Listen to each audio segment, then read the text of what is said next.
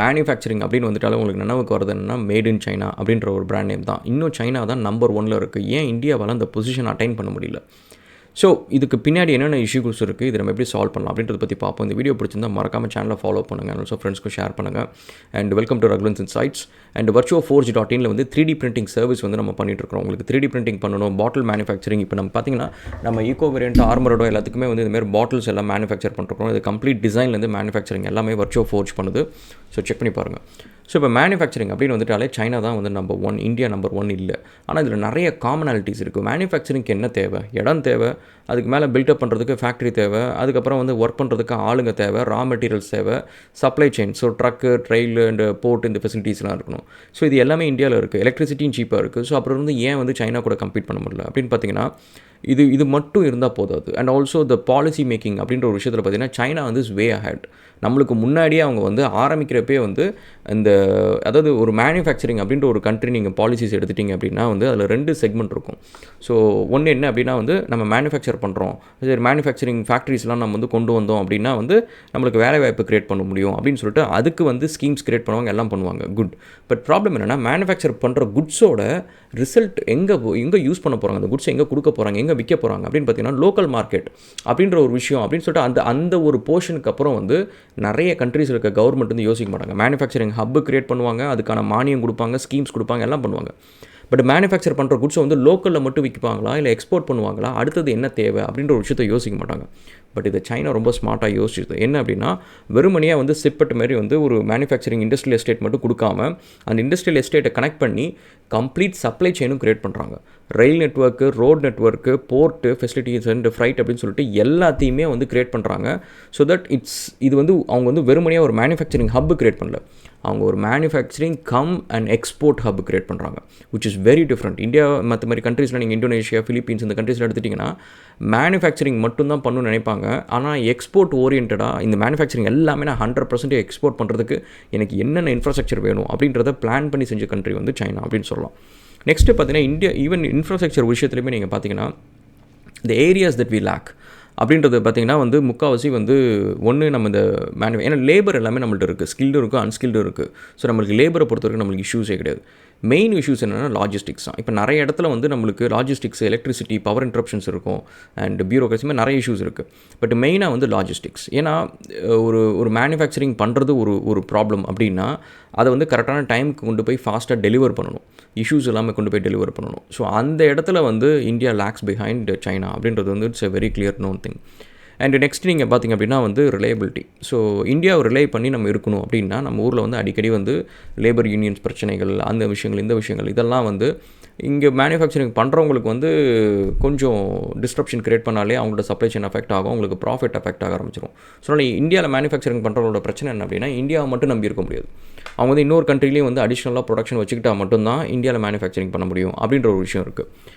And next இங்கே பார்த்தீங்கன்னா labour இஷ்யூஸில் ஒன்று என்ன அப்படின்னா வந்து இங்கே இருக்கிற லேபர் லாஸ்லாம் வந்து இட்ஸ் லைக் நம்ம வந்து ஓப்பனாக வந்து சண்டை போடலாம், ப்ரொடெஸ்ட் பண்ணலாம். இப்போ நாசிக்கில் கூட ஒரு இஷ்யூ நடந்துச்சு, இந்த மாதிரிலாம் இருந்துச்சு. ஆனால் இந்தமாரி ஏதோ ஒரு நியூஸ் வந்து சைனாவில் வந்து கேள்விப்பட்டிருப்பீங்களா? அதெல்லாம் வெளியே வராது, ஏன்னா ஸ்டேட் மீடியா வந்து அதெல்லாம் சென்சார் பண்ணிவிடும். ஸோ ஹோல் பாயிண்ட் என்ன அப்படின்னா அந்த இஷ்யூஸ் எல்லாமே வந்து they have to be resolved locally. So அது நேஷனல் இஷ்யூ ஆகிறதுக்குலாம் விடவே மாட்டாங்க. ஸோ தட் கம்பெனிஸை பொறுத்த வரைக்கும் they don't panic. ஸோ இந்த இடத்துல வந்து இப்போ இவ்வளோ பிரச்சனையாக இருக்குது, இப்போ இந்த இடத்துல நம்ம இன்வெஸ்ட் பண்ண என்ன ஆகும், அதாகும் இதாகும் அப்படின்னு சொல்லிட்டு அந்தமாரி பேனிக் ஆகிறதுக்கு ஒரு நியூஸ் லீக் ஆகாது சைனாவை பொறுத்த வரைக்கும். அண்ட் நெக்ஸ்ட்டு வந்து தே create more disciplined work force. அந்த ஒரு ஃபேக்ட்ரின்னு அந்த வேலையை ரொம்ப சீரியஸாக எடுத்துக்கணும், அந்த வேலையில் கரெக்டாக செய்யணும், ஸ்கில்டோ அன்ஸ்கில்டோ அந்த வேலைக்குன்னு சொல்லிட்டு they create lots and lots of people. டிசிப்ளின்டான ஒரு ஒர்க் ஃபோர்ஸ் வந்து கிரியேட் பண்ணுவாங்க. ஸோ நம்ம ஊரில் வந்து எப்படின்னா we are creating streams of இருக்குது. இப்போ இன்ஜினியரிங் படிப்பாங்க, சயின்ஸ் படிப்பாங்க, ஆர்ட்ஸ் படிப்பாங்க, இந்தமாதிரி டிஃப்ரெண்ட் விஷயங்கள் படிப்பாங்க. பட் இதில் எது படித்தாலும் சரி இவங்களை வந்து கொண்டு போய் இப்போ மல்டிபிள் ஸ்ட்ரீம்ஸில் படிக்கிறவங்க எல்லாத்தையும் கொண்டு போய் ஒரு ஃபேக்ட்ரியில் வந்து சைனாவில் போடுறீங்க. அதேமாதிரி மல்டிபிள் ஸ்ட்ரீம்ஸில் படித்தவங்களை கொண்டு போய் ஒரு கம்பெனியில், டெக் கம்பெனிலையோ ஒரு மேனுஃபேக்சரிங் கம்பெனிலையோ நீங்கள் போடுறீங்க அப்படின்னா இங்கே பார்த்தீங்கன்னா அவங்க எந்த காலேஜில் எங்கே படிச்சுட்டு வந்தாலும் இந்த வே தே ஒர்க், இந்த டிசிப்ளின் ஆஃப் தே ஒர்க், இது விஷயம் எல்லாமே வந்து ஒரே மாதிரி இருக்கும். பட் இங்கே பார்த்தீங்கன்னா இட் வேரிஸ். ஸோ ஒவ்வொருத்தவங்களும் பார்த்திங்கன்னா ஒவ்வொரு மெத்தடாலஜியில் வந்து தேல் திங்க் அண்ட் தேல் ஒர்க் அண்ட் ஒரு மேனேஜிங் டீம் வந்து இவங்களை வச்சு மேனேஜ் பண்ணுறதுன்றது ஒரு பெரும்பாடான ஒரு விஷயமா இருக்கும். அண்ட் ஸ்கில்ஸ் மிஸ்மேட்ச் இருக்கும். ஸோ ஒரே காலேஜில் படிச்சுட்டு வர இன்ஜினியர்ஸே ஸ்கில்ஸ் வேறு மாதிரி இருக்கும். அப்போ வெவ்வேறு காலேஜில் Tier 1 Tier 2 அப்படின்னு படிச்சுட்டு வரப்போ அந்த ஸ்கில்ஸ் மிஸ்மேட்ச் இருக்கும். சைனாவில் இந்த ஸ்கில்ஸ் மிஸ்மேட்ச் வந்து ரெடியூஸ் பண்ணுறதுக்காக வந்து சிலபஸ் எல்லாமே பார்த்திங்கன்னா ரொம்ப ஸ்ட்ரீம்லைன் பண்ணிடுவாங்க. அண்ட் ஆல்சோ மெரிட் சிஸ்டம் எல்லாமே வந்து ஈவனாக இருக்கும். இப்படின்ற ஒரு சில விஷயங்கள்லாம் இருக்குது. அதுக்கப்புறம் எவ்வளோ ஈஸி பிஸ்னஸ் பண்ணுறது, எவ்வளோ ஈஸி. இதனோட ப்ராக்டிக்கல் எக்ஸ்பீரியன்ஸில் வந்து நாங்கள் சைனாவில் வந்து ஒரு விஷயம் ஆர்டர் பண்ணுறோம், மேனுஃபேக்சர் பண்ணுறோம் அப்படின்னா அந்த மீட்டிங்ஸ்லாம் பார்த்திங்கன்னா பட்டு நடக்கும். அதாவது முக்கால்வாசி தடவை வந்து அவங்க ஏதாவது ஒரு விஷயத்துக்காக நம்மளுக்கு வெயிட் பண்ணிட்டுருப்பாங்களே தவிர நம்ம அவங்களுக்காக வெயிட் பண்ணுற மாதிரிலாம் ரொம்ப இருக்கவே இருக்காது. அவங்க சொன்ன டைமுக்கு இன்றைக்கி 2 டேஸில் இந்த ஒர்க்கு முடிஞ்சிடும் அப்படின்னா 2 டேஸில் ஒர்க்கு முடிச்சுட்டு கொண்டு வந்து கொடுத்துருவாங்க. கொடுத்துட்டு நீங்கள் டிசைட் பண்ணுங்கள், நீங்கள் அட்வான்ஸை பே பண்ணுங்கள், நாங்கள் மேனுஃபேக்சரிங் பண்ணுறோம், மோல்ட் டிசைன் போகிறோம் அப்படின்னு சொல்லிட்டு அவங்க பட்டுன்னு போய்கிட்டே இருப்பாங்க. ஸோ அந்த மாதிரி வந்து அந்த மேனுஃபேக்சரிங் வந்து அங்கே எவ்வளோ ப்ரொஃபஷ்னலாக சீரியஸாக எடுத்துக்கிறாங்க அப்படின்றத நீங்கள் பார்க்க முடியும். இதே நீங்கள் ஒரு இந்தியன் கம்பெனி எடுத்துக்கிட்டிங்க அப்படின்னா, இல்லை சார் இன்றைக்கி லீவு, நாளைக்கு பார்க்கலாம் அப்படின்வாங்க. நாளைக்கு ஃபோன் பண்ண மாட்டாங்க. ஃபோன் பண்ணால் மீட்டிங்க்கு கரெக்டாக ஆன் டைமுக்கு வர மாட்டாங்க. வந்தாங்கன்னா எல்லா ரீசோர்ஸும் இருக்க மாட்டாங்க. இல்லை நான் அவங்கள்ட்ட கேட்டு சொல்கிறேன், இவங்கள்ட்ட கேட்டு சொல்கிறேன் அப்படின்னு சொல்லிட்டு it looks like they are not very professional, ரொம்ப சீரியஸாக எடுத்துக்க மாட்டாங்க அப்படின்ற ஒரு இம்ப்ரெஷன் வந்து நம்மளுக்கு கிடைக்கும். அண்ட் அதேமாரி இந்த ஒரு எக்ஸாம்பிள் நம்ம எடுத்துப்போம். இப்போ இந்தமாரி ஒரு பாட்டில் வந்து நீங்கள் வந்து இந்தியாவில் மேனுஃபேக்சர் பண்ணோன்னா, இப்போ Virtuo Forge வந்து இதை பண்ணுது. virtuoforge.in போனீங்கன்னா அதை பற்றி டீட்டெயில்ஸ் எல்லாமே இருக்கும். ஸோ அங்கே நீங்கள் பார்த்தீங்கன்னா இதில் வந்து மல்டிபிள் மேனுஃபேக்சரர்ஸ் இன்வால்வ். இந்த ஒரு குட்டி பாட்டிலில் இந்த பாட்டில் ஒருத்தங்க மேனுஃபேக்சர் பண்ணுறாங்க, இந்த லிட்டு ஒருத்தங்க பண்ணுறாங்க, இந்த ஸ்டிக்கர் மேலே ஒட்டியிருக்கிற ஸ்டிக்கர் ஒருத்தங்க பண்ணுறாங்க. ஸோ இப்போ இந்த 3மே வந்து பார்த்திங்கன்னா வெவ்வேறு மேனுஃபேக்சர். இதுக்கப்புறம் வெளியில் வந்து ஒரு கார்ட்போர்ட் பாக்ஸ் நீங்கள் போட்டு கவர் பண்ணுறீங்க அப்படின்னா அதை ஒருத்தங்க மேனுஃபேக்சர் பண்ணுறாங்க. ஸோ இப்போ என்ன ஆகும் அப்படின்னு பார்த்தீங்கன்னா, இந்த பாட்டிலை நீங்கள் மேனுஃபேக்சர் பண்ணிட்டு இந்த கேப்பை ஒருத்தங்க பண்ணுறப்ப சரியாக ஃபிட் ஆகலைன்னா அந்த ஆர்டரே வேஸ்ட்டு. ஸோ இப்போ இந்தமாரி மல்டிபிள் டீம்ஸ் கூட கோஆர்டினேட் பண்ணணும், டிசைன் எல்லாத்தையும் கரெக்டாக பண்ணணும்.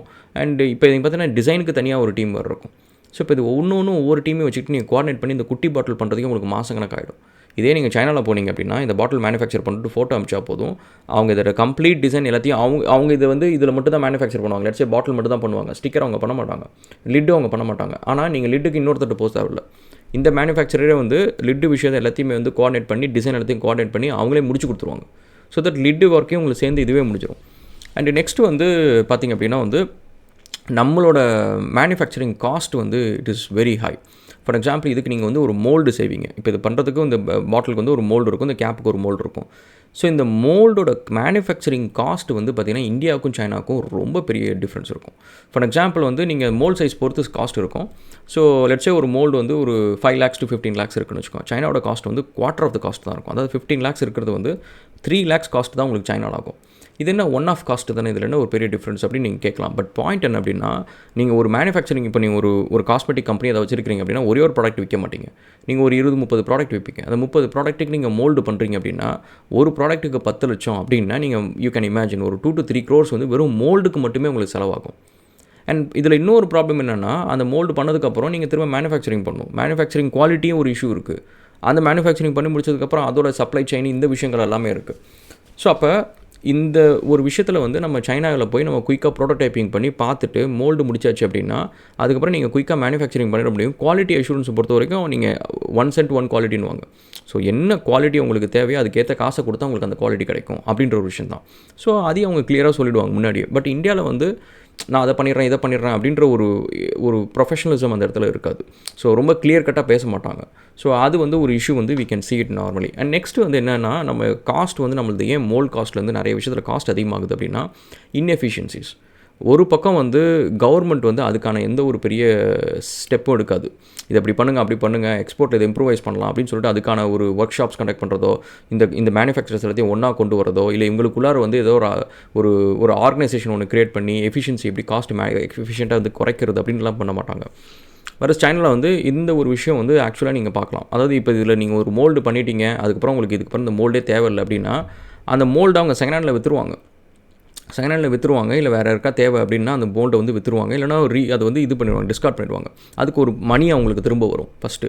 அதை அவங்க ரெகுலராக பண்ணுவாங்க. நம்ம ஊர் நீங்கள் மேனுஃபேக்சர்கிட்ட கேட்டிங்க அப்படின்னா இந்தமாதிரி மோல்டோட ஃபோட்டோஸ் எதாவது இருக்கா அப்படின்னு கேட்டிங்கன்னா அவங்க கிட்டத்தட்ட ஒரு 30-40 வந்து எப்போவுமே வச்சுருப்பாங்க. ஒரு 50-30 வச்சுருப்பாங்க.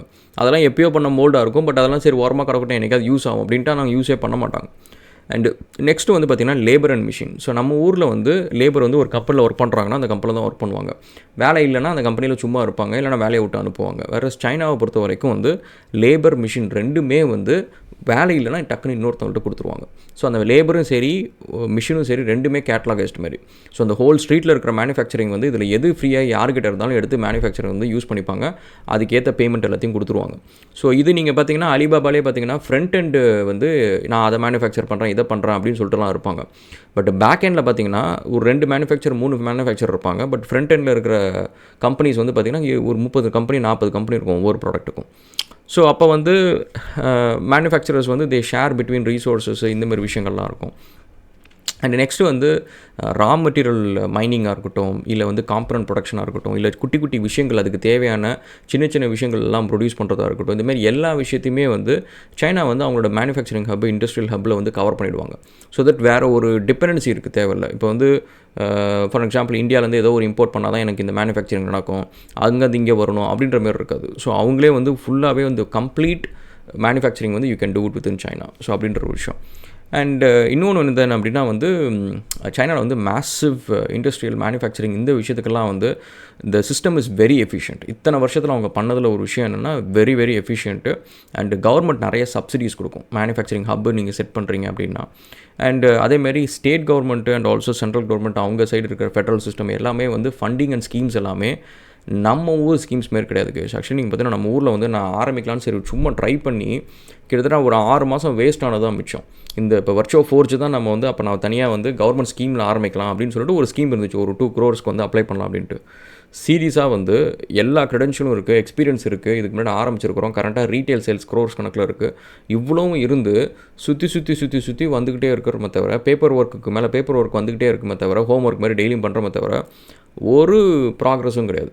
எவென்ச்சுவலி வந்து I got so fed up. So அதுக்கப்புறம் வந்து சரி ஓகே நம்ம முயற்சியில் நம்மளுக்கு ஏதாவது கேபிட்டல் வந்தால் நம்ம பண்ணுவோம், இது இவனுங்கள்ட்ட போய் டைம்லாம் வேஸ்ட்டே பண்ணக்கூடாது அப்படின்ட்டு. ஸோ அப்போ பார்த்தீங்கன்னா ஒவ்வொரு இந்தியன் மேனுஃபேக்சரிங் ஸ்கீமு அந்த ஸ்கீம் இந்த ஸ்கீம்லாம் வந்து ஒரு 30,000 கோடி 1,00,000 கோடி இதெல்லாம் வந்து நாங்கள் கொடுத்து ஸ்டார்ட் அப் கிரியேட் பண்ண போகிறோம் அப்படின்னு சொல்லுவாங்க. பட் அந்த ஸ்டார்ட் அப் ஆரம்பிக்கிறதுல பார்த்தீங்கன்னா 97% 96% வந்து ஃபெயில் ஆகும். ஒரு 2% 3% அதுவும் கூட சக்ஸஸ் கிடையாது.